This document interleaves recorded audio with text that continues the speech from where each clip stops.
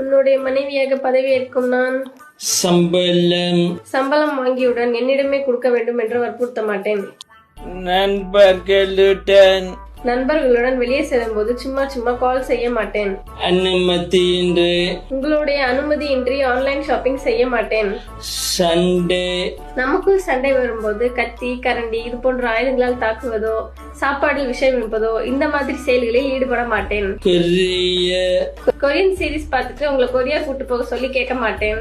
மகிழ்ச்சியுடன் எனக்கு கொடுக்கப்பட்ட வேலையை செய்து முடிப்பேன் என்ற உறுதிமொழி அளிக்கிறேன்.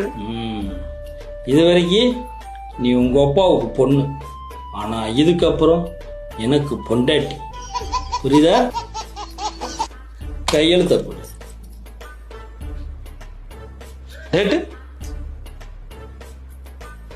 கிளம்பு.